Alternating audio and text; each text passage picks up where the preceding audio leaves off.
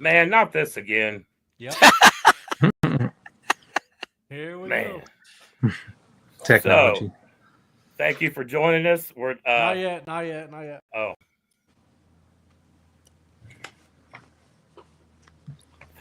Welcome to Still Talking. I'm your fill-in host this evening, Uncle Joey. Big Easy's out doing family things, so we'll give him a pass. He worked hard this weekend, I'll say. I'm joined over here in the corner by the one and only Sean Rigsby, and down in the bottom I got Mr. Matt Lemaster. And tonight we got a very special guest from Seven Brothers Distilling Co. I got Mr. Kevin Sutman. So thank you very much, Kevin, for joining us. Absolutely. Glad to be here. Well, thank you. You've been spoken very highly of Mr. Vaughn Davis. So Yeah, Vaughn's a good guy. So I thought I would reach out and talk to you. And he says you got some awesome things going up there, and you got, I think, did you just do a blue corn, or are you having? Yeah. No, we started that project with Vaughn several years ago, and we launched a couple barrels last year, and just launched, I think, the third and fourth batches about a month ago. So we have a whole bunch of inventory coming to age right now. Nice. Yeah, it's good. So where are you at up there again? Where are you located? We're in Ohio, northern Ohio. Northern Ohio. I knew you were in Ohio, but I couldn't figure out exactly what part. Not too far from Cleveland. Yeah, we're probably 40 minutes from downtown Cleveland. Nice. Yeah, looks like a little bit east. Yep. Okay. Yeah, we're in wine country, which is weird, but works for us. There's probably about 25 wineries within a 10-minute drive of my place. Nice. And it's a whole tourist thing. So people come out here and visit the wineries, and they're actually kind of relieved to see a distillery in the midst of them all. Well, that kind of makes you like a diamond in the rough then for the husbands that aren't into the wine. Right. You're probably like a breath of fresh air for some of them. It's worked for us so far. So how long have you been open? Well, we've been open here for 3 years. Let's see, late August will be our 3-year anniversary at this location. But before that, we were open in just a little barn out in the country, and didn't have a tasting room. When I started this project, we couldn't even sell to the public. I mean, the laws in Ohio are different, and so they are. Yeah. Well, they're still quite different, but don't get me started on that. We don't have enough time. Another episode? Yeah, right. And I'll need more liquor too. But yeah, when I started on this, we couldn't sell to the public. By the time I actually got my licensing and permits in 2010, the laws had changed. And I could now have a tasting room, but I built this little barn out in the country, and there was no one coming out there to see us. It was kind of scary, people hear banjos playing when you pull up the driveway, kind of a thing. But we did open houses randomly. Right. Yeah, right. I love those kind of places too. Right. It's like, bootstrap operation. We weren't like heavily financed. We didn't have a bunch of investors at the time, and it was just me and my life savings and my family pitching in. And we were one of the early distillers in Ohio, and like I said, just a bootstrap operation, so we didn't make big waves initially. But hey, we're in it 15 years now, and we built a brand new facility, I guess 3 years ago, and there's no looking back now. So, what size still were you running what was the very first still you started running? Let's go with that question. Go way back. Go as early back as you can remember. What's the first still you ran? First still I ran was in my garage. And it was just a little modified stainless steel keg with so I guess that'd be about 10-gallon capacity. Just with a packed little copper column, real basic, just a basic condenser. But, I was doing that in my garage, and I realized this is really stupid because, I'm making rocket fuel basically with an open flame, and I could burn my whole house down, and the insurance company probably wouldn't cover that.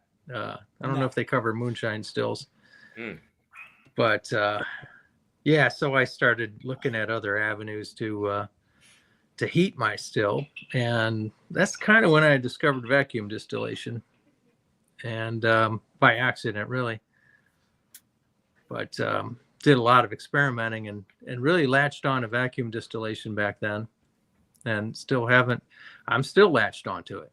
So talk a little bit about some vacuum distillation, if you would. Please. All right, cool. I'm intrigued. Yeah, not many people do vacuum distillation, and I understand why, because there's quite a learning curve to it, and there's no textbooks on it really.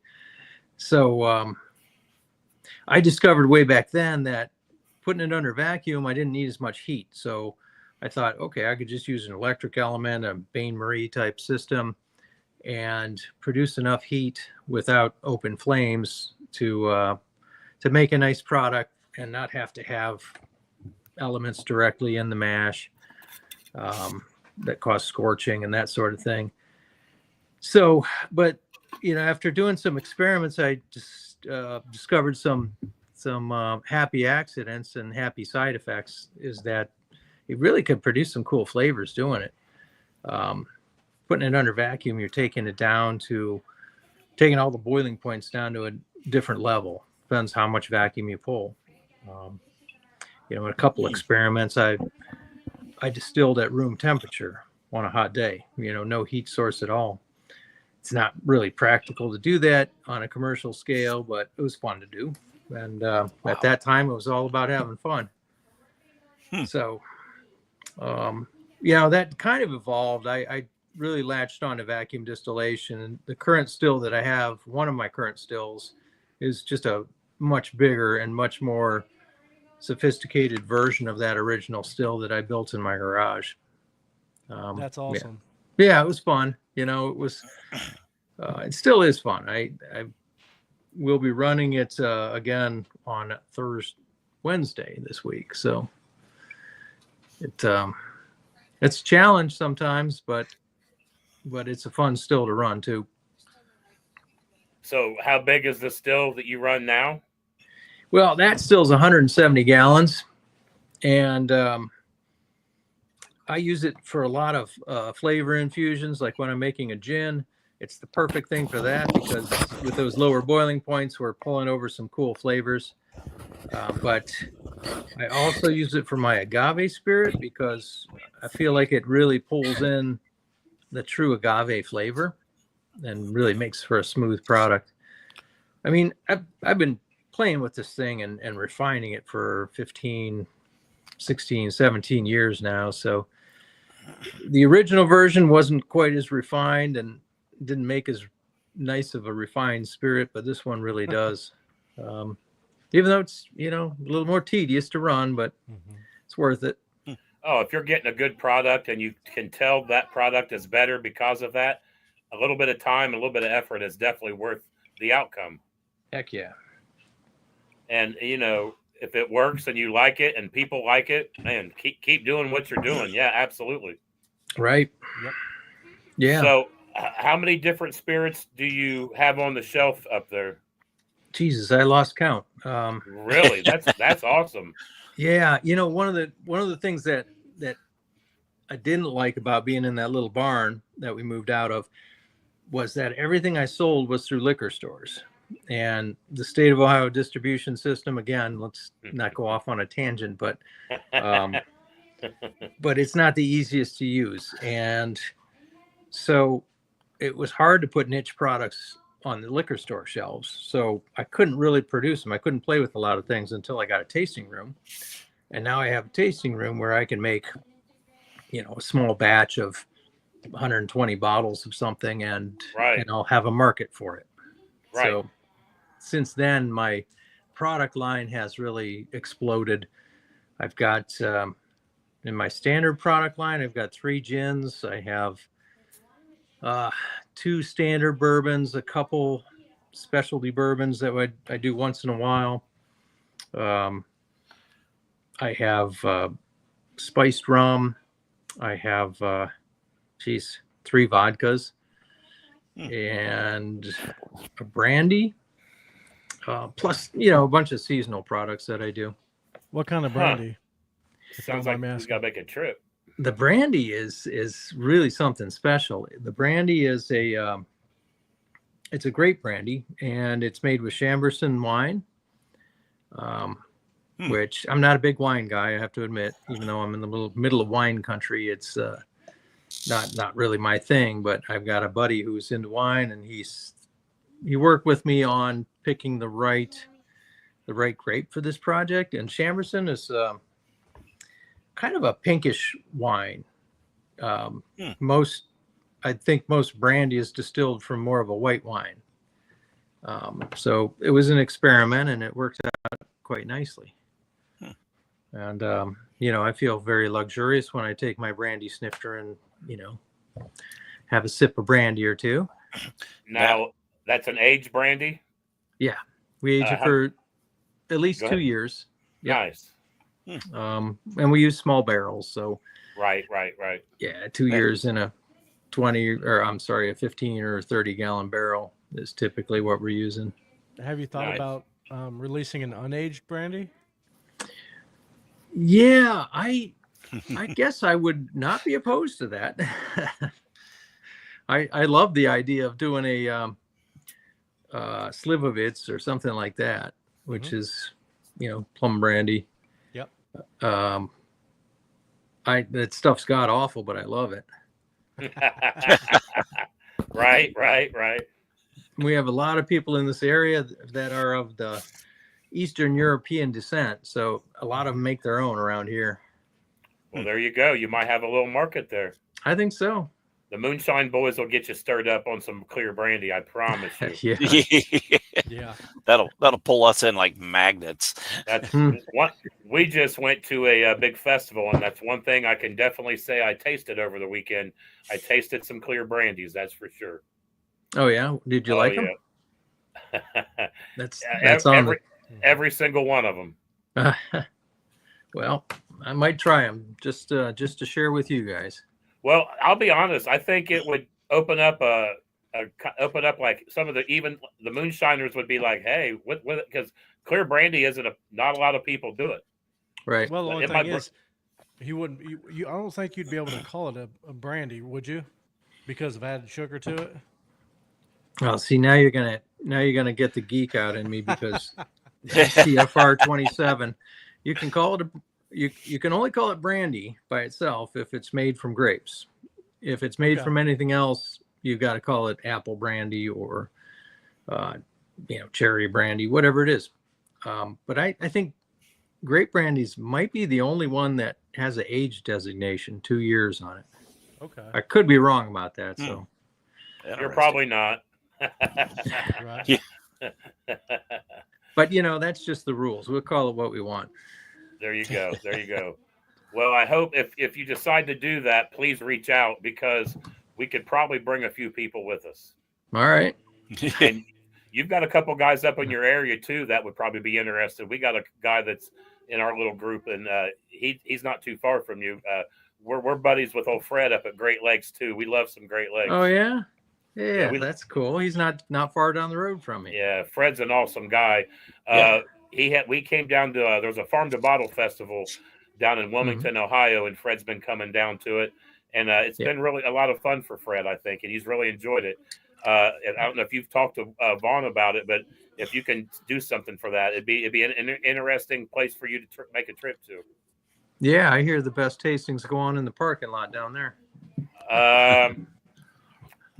We'll say that's a possibility. Yeah.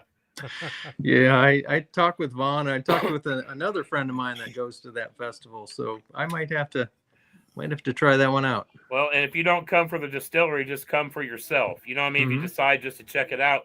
But I'm sure Dan Gray would love. I mean, they have lots of other liquor places set up there, so you could do tastings there just as well. Yeah, it's my kind of place. Yeah. So, what's your favorite spirit to make? Oh, wow. That's a tough call. I think bourbon probably is. I make a blue bourbon. I get all that blue corn from Vaughn over in Western Ohio. And that is just a fun product to make. It's so routine. Like every batch is on the mark. And that makes it easy really to refine when you have consistency like that. You can really hone in. My least favorite is our agave spirit, which I've been making a lot of lately. It's just tedious. It is very temperamental. You got to control the pH all day long and all night long. So it requires a lot of attention. But the bourbon, that's fun to make. Nice. Mm-hmm. So you said you have 3 different kinds of bourbon? I have a blue corn bourbon made with Ohio blue claridge corn. I've got a yellow corn bourbon. It's a wheated bourbon. Pretty much the same recipe. So it's really interesting to try them side by side because you can try a yellow corn next to a blue corn that's made identical, aged identical. And so the only difference you really taste is in that corn. Everything else, it's like a controlled experiment, Right. Everything else is the same. Now, so those are fun. And then I have how much malt difference whiskey. is there? What's that? How much difference is there? There really is quite a bit of difference. I've had some bourbons that are made with Bloody Butcher Red, which I love. That is real wild. It really is kind of like comparing a funky blue cheese to a mozzarella cheese. They're that much different. But the blue corn is somewhere in between. It's got a distinctly different flavor, but it's not off the chart weird like the red corn, like the Bloody Butcher Red. And there's what I'm drinking right now actually uses both of them. So nice. I make a red, white, and blue bourbon that I do once a year, and that it's got Silver King white corn, which is kind of a everyday sweet corn, and it's got the Bloody Butcher red corn, and it's got Ohio blue claridge corn. So I think that's kind of the. I don't know if that's the same, but we've got a friend down at Bainbridge, Chris Lewis. He does a red, white, and blue clear that I think he's got in the barrel now, and we're excited to get that out of the barrel. Yeah, it's really interesting. That's what I'm drinking right now. Those 3 different flavors, just each of them is so on the blue and the white are. I'm sorry, the red and the white are on the opposite ends of the spectrum flavor-wise. Right. And then the blue's right in the middle. So it's really interesting. I know when I got my first sip of blue corn clear, I really enjoyed it. I don't personally know that I've ever had a blue corn bourbon. We have Indian Creek Distillery down here in our area, and they're about to release a blue corn bourbon that I'm really excited about.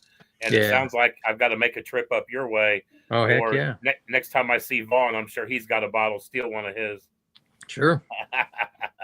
Yeah. Where are you located? I'm in Springfield. Well, Sean's at Urbana and Matt's in, we don't Middle know of nowhere. We don't know where Matt lives. It's Middle of nowhere. It's like Area 51. We're not real sure.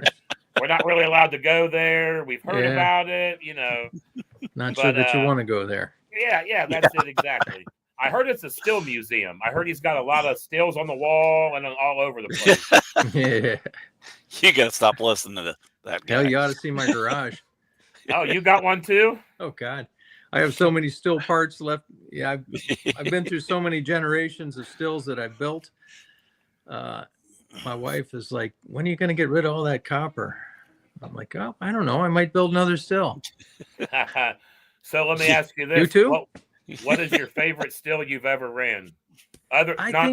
Non-commercial, like your own little setup. Oh, wow. Well, I guess I really only had one still that evolved. Evolved from its original stainless steel keg. And I swear to God, some of the same parts that I used back then in my garage are still used in this 170-gallon version. Hell yeah. So it's like it's just grown, and it's got more sophisticated, and it's really, I consider it the same still that I've always used. Nice. Weirdly, it's Right. just evolved. So when you started, did you like the clear corn liquor, or have you always aged? When you would make it, would it always get aged, or would you enjoy it as clear? The weird thing is I started with vodka. I started making vodka. And because at the time I was more of a vodka drinker, and that changed pretty quick. I didn't really start making an aged bourbon, we'll say, or aged whiskey. Gosh, it's probably 3 or 4 years into my licensing when I finally put something in a barrel. It's expensive to do. Yeah. And when you're on a shoestring budget, Right. who can afford a bunch of barrels and Right. Pretty Yes. much got to front all that for several years. And yeah, it took a while to get to that point. But we got there, and we didn't do it by buying other spirits and putting our label on it. That's fine. I don't disparage people for doing that. So do you guys make any post flavored drinks, like or do you just cocktails or stuff like that? We do. Oh yeah, for sure. We have a spiced rum that the spicing process it takes 6 months. 6 months of aging with cherry wood and spices, and it's just a clear rum going in. Mm-hmm. The cool thing that we do that's flavored is in our infusion still we make an awesome gin. Actually, we make 3 awesome gins, but the one that sells the most is our original 7 Botanicals, and it's a true American style gin. It's not in your face with juniper. It's well balanced. We really get some subtle, smooth flavors with that vacuum still, and it's our best seller in liquor stores. Nice. So Interesting. yeah, It's interesting to hear you say not a lot of juniper, because that seems to be the punch. You got to go subtle. A little juniper seems to go a long way, from what I'm gathering. Yeah. Oh, for sure. And that's what turns a lot of people off of gin. They had grandpa's London Dry gin when they were 16, and now they have a gin story. Yeah. So they got to twist a lot of arms to get people to try gin sometimes. Yep, that's right. or to Because retry. some of the original style gin was just awful. It just, to me, it just wasn't pleasant to me to drink. No, and a lot of people, if you can make a gin that people can sip neat, then you've got something. It's funny. Yeah, you say that. Sean gave me a jar from a guy up here in Ohio, old Tom Splezak. He's got a legal jar down at Northern Yankee, and it's amazing. It's 100%.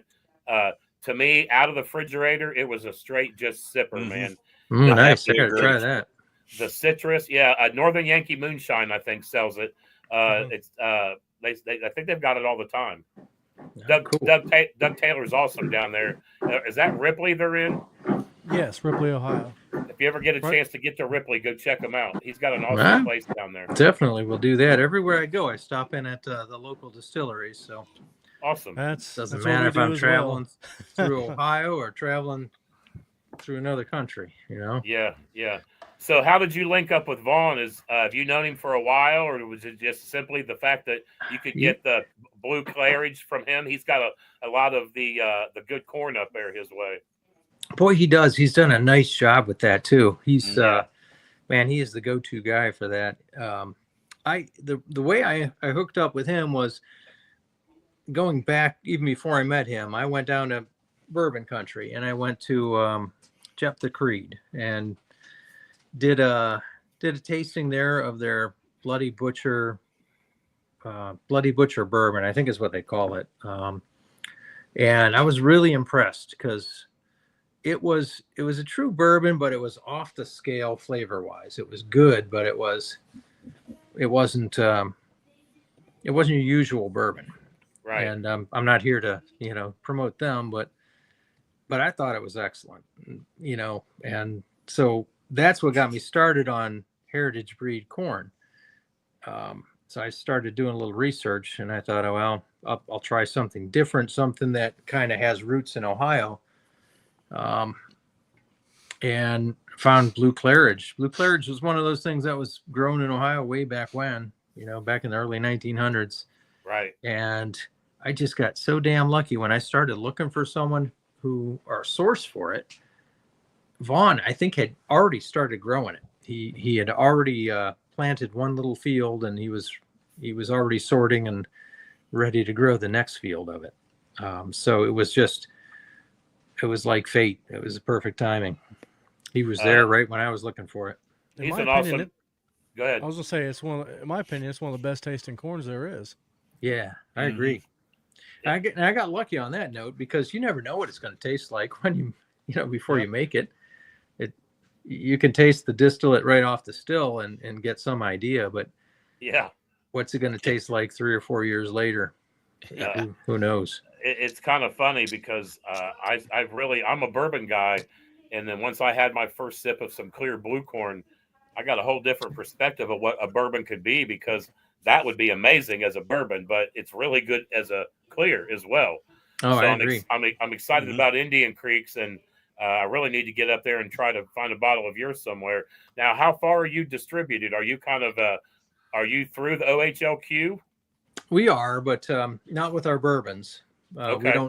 We don't, because we don't really buy our own, and we're not deep pockets, so we don't have a huge supply of it sitting in a warehouse. Right. I've got one little rick house, and we age, I don't know, I got maybe 50 barrels aging. So that's quite an investment for us. And we're thinking of putting it into maybe a dozen stores this year. The blue corn bourbon, that is. So right now we only sell it at the distillery, but my real stock is starting to come of age, and it might be time that we put it in some stores. So do you basically age in 53-gallon barrels, or do you? No, I don't own a single 53-gallon barrel. Okay. I started out in 5s and 10s and progressed on to 15s. And during COVID, I bought whatever size I could get, because the shortages and supply issues then. But we've progressed to 30-gallon barrels, and that's really where I'd like to stay. I don't see us going to 53s or I'm sorry, 55s. They're just so much easier to work with. I think they produce a superior product in less time. Yeah. Yep. And they're not a commodity barrel. I spend more on a 30-gallon barrel than I would on a 55-gallon barrels. It doesn't make sense, but that's what I do. And so I like the 30s. We still have some 15s in inventory, and just a random other size here and there. But so, how do you feel about barrel char? Are you a barrel char guy? Do you heavy char, medium char? No, I mean, how does that work? I think I just go with typically a char number 3. And I know that's probably what most people use, but I feel like that suits our products real well. A lot of what I do is weeded, and I feel like a heavier char would take away from a little bit of that subtle wheat flavor. Right. And I think any less, and I don't know. I don't know anyone who uses a char too. But, right. I had a question about toasting. Have you ever did a toasted? But that kind of answers that. Keep your char at a medium level, so you kind of maintain some of the flavor of the corn. I guess a toasted would maybe take a little bit of that away. I don't know. Yeah, I think it depends on what you do. And I think like a single malt, I'd like a toasted, because it seems to go along with that malt flavor. But I think for the most part, char number 3 is the way to go. So that's mostly what I'm using. So what are your bottles proofed at on the shelf? What do you sell? Do you have a higher proof? Is it a 90 to 100? What do you have on the shelf? Yeah, it depends on what we're making. We go anywhere from 80 to Geez, we have some barrel strength that we're actually selling at the distillery off and on. Barrel strength bourbon. Yeah. You Yep. got me there. That's Yeah. that's my wheelhouse right there, man. I Is that love right? I like some barrels. You get a lot of flavor. You get a punch sometimes, but that barrel Yeah. strength, man, you really get what that bourbon's about. You It really, is really rich. do. Yeah. That's the best Yeah. description I can give it. Is Yeah. It's very rich, and we do a lot of barrel tastings too. We try to promote, people coming in and sampling right out of the barrel, because that's just a cool experience. There's no getting around that.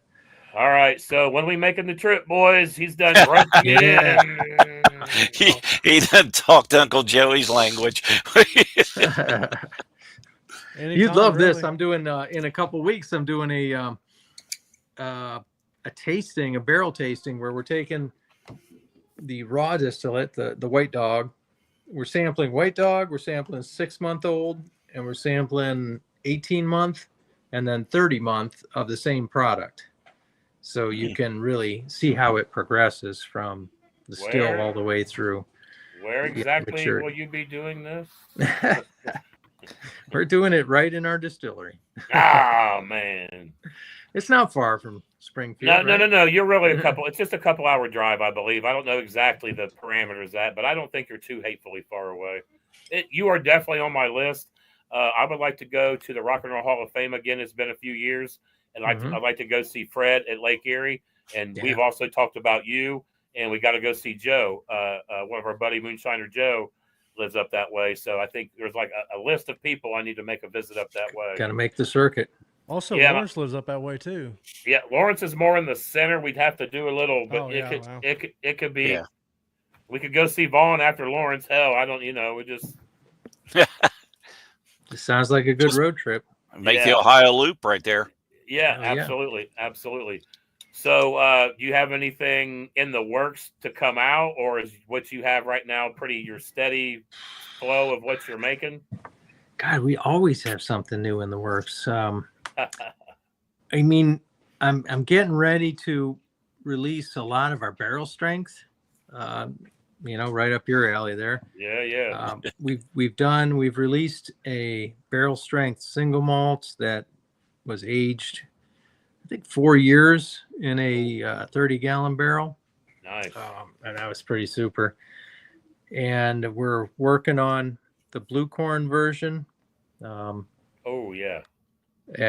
strength, and our barrels, we put it in at about 118 proof, and depending on the year, it usually comes out pretty close to that. I've had it come out as high as 125 proof, and as low as 115. So gained a little. That's interesting. I know. That was a surprise. It's like, was I drunk when I proofed it? Right. Angels got cheated there. Yeah. Have you had that happen often, or just very few times? No, it's very few. Most of the time it's coming out pretty close to where it went in proof wise. Now I'm going to lose the Angel share for sure. Right. More than I like, but what do you do about that? Right. Yeah. These wonderful hot Ohio summers we have. Yeah. This one is definitely, the Angels are taking their share this summer. Yeah, but they're giving it back with that rain, though. My goodness. We've had I feel like the rain has been crazy this year. This has been one of those years. Winter was awful. Yeah. Ever since I think it started snowing up here on Halloween, and it didn't quit till April. It was just a brutal winter. We got 4 feet of snow in one day early in the year. Terrible. That sounds absolutely awful. Oh, it was awful. Yeah. And then we go right into a super wet and hot summer. Yeah. So are you a real stickler about the yeast that you use, or do you have a different yeast for the different spirit that you run, or do you kind of just one lumps all together? No, yes and no. I mean, my bourbons, I try to use the same yeast because I like how it works. I like the consistency of it. I like the flavor I get out of it for bourbons. when it comes to other products, obviously I'm using a different yeast for the brandy, a different yeast for the agave. Everything I make, I'm selecting a different yeast. But I've kind of come, what I like to do is what I alluded to before is when I make a different bourbon, I'll change one element, like the blue corn versus the yellow corn, and everything else remains the same. So you can really taste that difference from one to the other.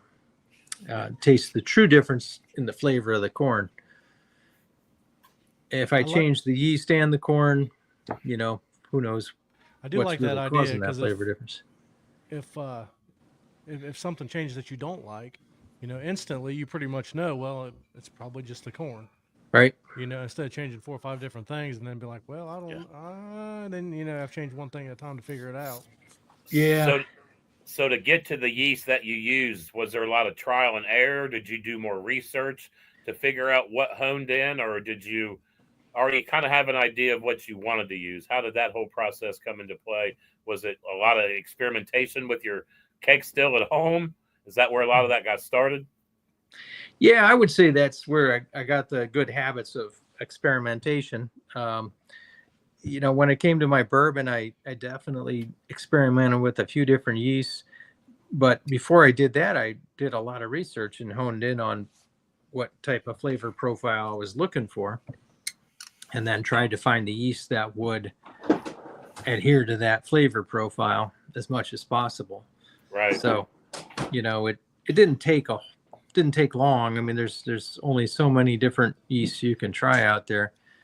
And the same thing with we make a malt whiskey that, we tried 3 or 4 different varieties, not just of yeast, but of all the different the grains and different combinations of grains, and then just kind of zeroed in on what we wanted. That's awesome. Yeah, it's fun. It's fun. It's not as fun these days because the state of the industry, but what do you do? Yeah, a couple of the bourbon channels I've paid attention to and some of the podcasts, and even guys like Alan Bishop have said that there's going to be some distilleries take some hits. Everybody was a mad rush for bourbon, and I think only the good ones are going to survive. And I think with your variety of liquor and the blue corn and what you're doing, I kind of feel like you're going to be one of these ones that are going to be able to stand tall and stand around. And Vaughn speaks very, very highly of your product. And it's not just, I think, because you use his corn. He's a true, honest man. So I feel like he backs what you do up there, and I'm interested in trying. I'm kind of excited about making that trip. Yeah, he's a stand-up guy, and I'm definitely looking forward to you guys coming and visiting sometime. Just give me a call, and we'll set it up. We'll give you the executive tour. Well, awesome. And did you know Vaughn is also a comedian? No, I know he plays piano. Man, he's always got. Oh, he's a hell of a piano player, man. But he's always got his corny little jokes. I love Vaughn, man. He does. I love him. He's awesome. But we will have to plan something, man. I'd love to come up and spend some time with you. Not just a quick walkthrough. I'd like to actually be able to sit down and chat and spend a little time with you. And if we could do it as a group, that'd be even more cool for us. Yeah. Heck yeah. Yeah, no problem. I would love that. Awesome. Always good to take a break from the TTB paperwork and all that crap.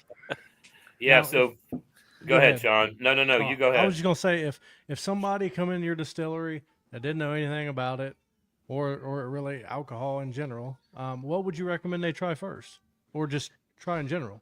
If they're not familiar with alcohol at all, like they don't have a favorite spirit, boy, that's a tough one, because everyone seems to have, they're either a vodka guy or they're gin or they're bourbon. You don't meet many people who are just complete virgins. It's well, and the reason I guess I ask that is because nowadays a lot of people really love that post flavored stuff. You know what I mean? For sure. And that's what really makes me appreciate the distilleries that don't really offer a lot of the post flavor stuff. Because I mean that's when we go places, whether it's a distillery or we meet people and they're like, here, try this.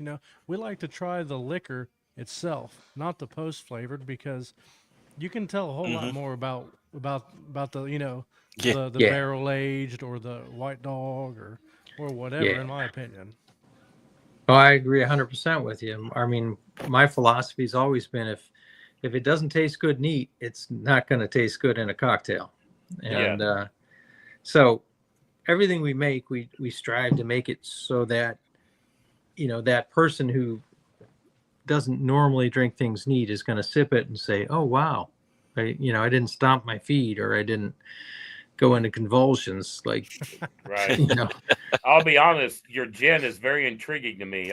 Just hearing you describe it, and you said it was a sip. You said it was a sipper. So oh yeah, I'm intrigued.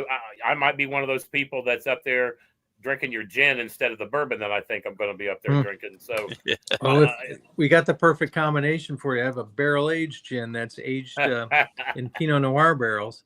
man, you're killing me here, Kevin. It's the best of both worlds. Yeah, I might call into work. I don't know. I'm on a road trip now. Yeah. Right. I'll see you tomorrow.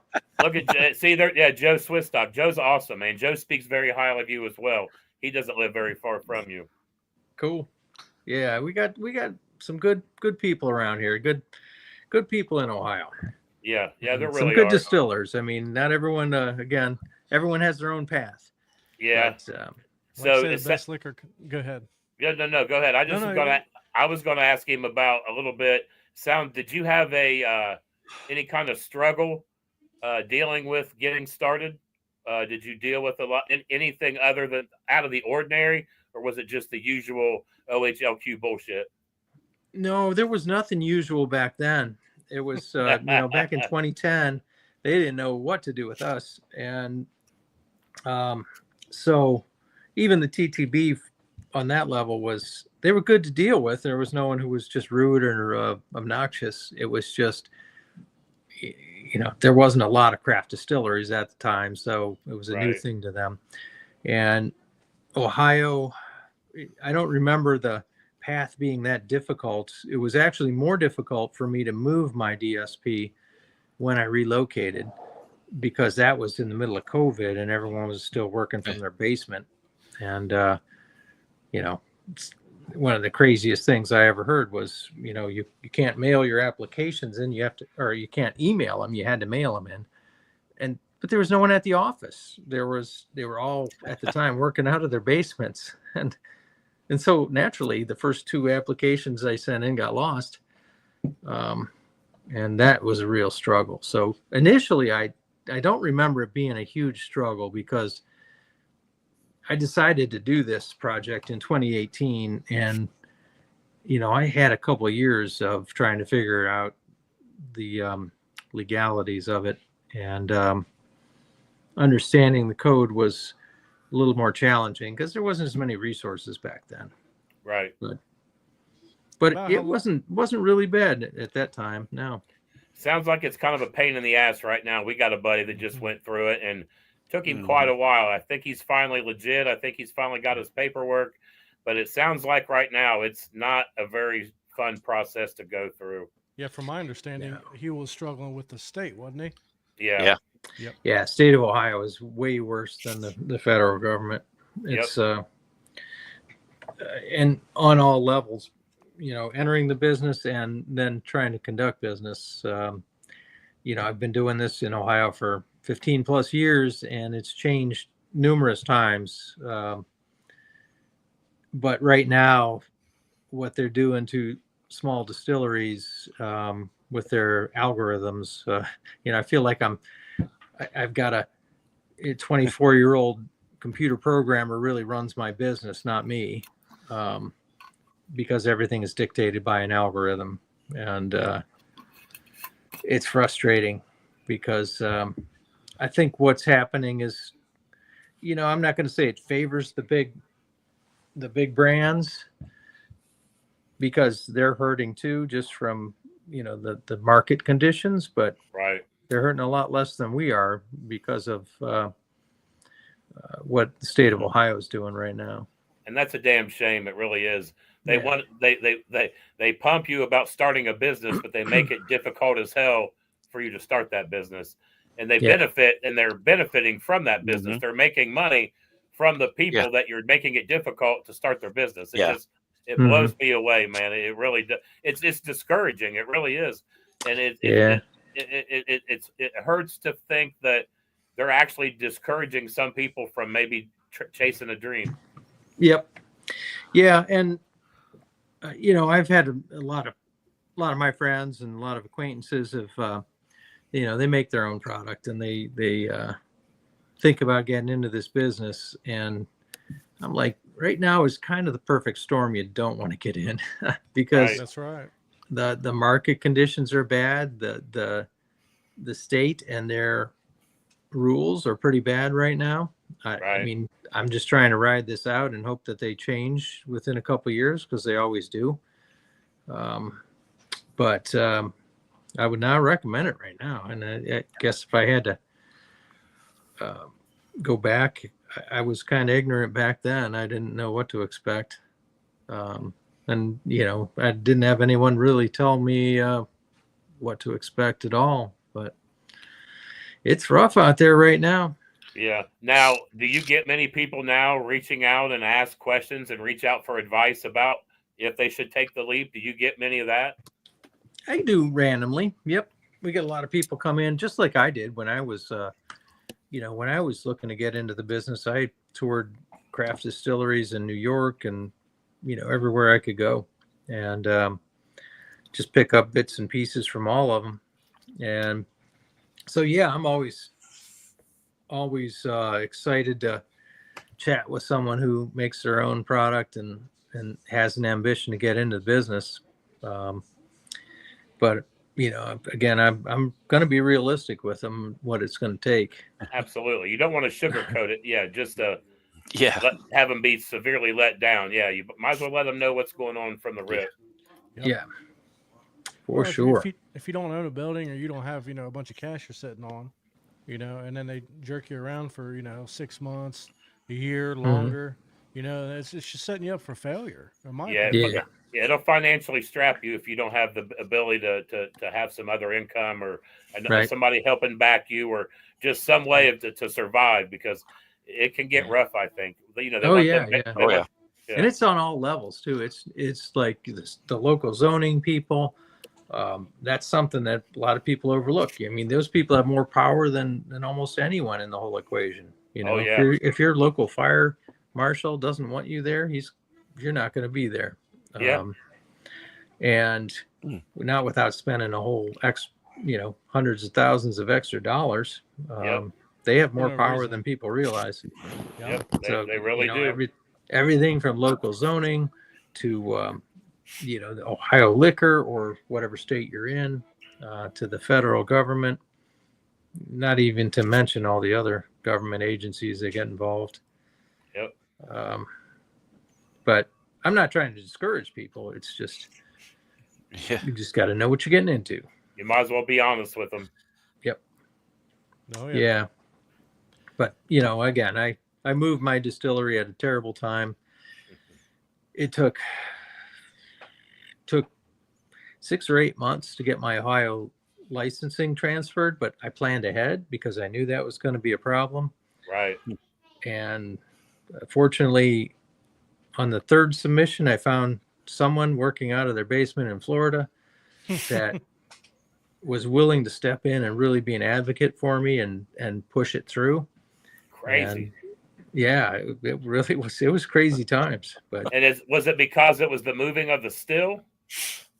Or the was moving it of the business? The business, yeah. Moving of the business. To this day, they still have me on some documents at my old address. And it's been more than 3 years now. And I've written them, and I've talked with numerous people. I said, why are you still sending mail to my old business address? You came, they said, well, you never told us you changed it. And I've been through inspections. I've been through all these permits and applications. How could you say I never told you? That's crazy. Yeah. It's That's just crazy. bureaucracy. Yep. but we get through it. It's frustrating and it's fun to tell the stories, but it didn't stop me. So Awesome. Well, I Yeah. think we've probably taken enough of your time this evening, Kevin, unless these boys have any more questions for you. all I right. don't off the top of my head. So But- before you go ahead. No. No, go ahead. I was just going to No. say, let everybody know where they can find you. That's very good, Yeah. John. Please tell everybody where you're located, your business hours. If you got any special events coming up, give us anything you've got going on so people can hear what you do up there. All right, cool. Well, we're located in Harpersfield Township, Ohio, which is just south of Geneva, Ohio, a little bit about 45 minutes east of Cleveland. And it's actually kind of a fun place to visit because there's a place called Geneva on the Lake, and if you look it up, it's kind of a fun area. A lot of people come and spend a long weekend here, and they'll Okay. visit all the many wineries that I talked about, and there's covered bridges, and there's a couple distilleries, and so it's a fun place to come out to and spend a weekend. You can find us on our website, sevenbrothersdistillingco.com. We're on Facebook and all the social media channels, and gosh, we always have events coming up, and I'm always launching new products. So it's Awesome. we still have a little bit of our red, white, and blue bourbon right there. That's what I'm drinking tonight. Nice. We've got I don't know, a few cases of that left, and when that's gone, we'll make another batch and bottle another batch 4th of July next year. But yeah, come out and visit us. We've got an awesome tasting room, great outside patio, and occasional live entertainment, and we make awesome cocktails as well. I hire some really good mixologists to kind of Oh, yeah. feature our spirits. Sounds Good like a deal. place that we need to visit. So we appreciate you. for sure. We appreciate you coming on. I really appreciate Vaughn Davis for recommending you. And I hope that we all get to come up and meet you in person and get a chance to take a look at your place. Definitely reach out to me. I'd love to have you. All right. We really yeah. appreciate you for coming on, Kevin. Thank you very Yes, much. thank you very Yes, sir. much. Thank you. You all Yeah. have a good evening. Thank you. You too. Next Go week, we've got Stephen Beam. We had to reschedule Stephen. We had some technical difficulties, we'll say, and that'll be our next Monday night guest. So we look forward to having Stephen Beam of Limestone Branch Distillery on. So I hope you guys are able to join us. Love that Yep. place too. Yeah, Stephen's awesome. We Mhm. we talked to him for a few minutes before we had to jump off, and he's going to be an interesting conversation. I'm looking forward to it. I've got one of his bottles sitting behind me over here. I've got one as well. So thank you very much, Kevin. All right. Yes, Take sir. care. Y'all have a good night.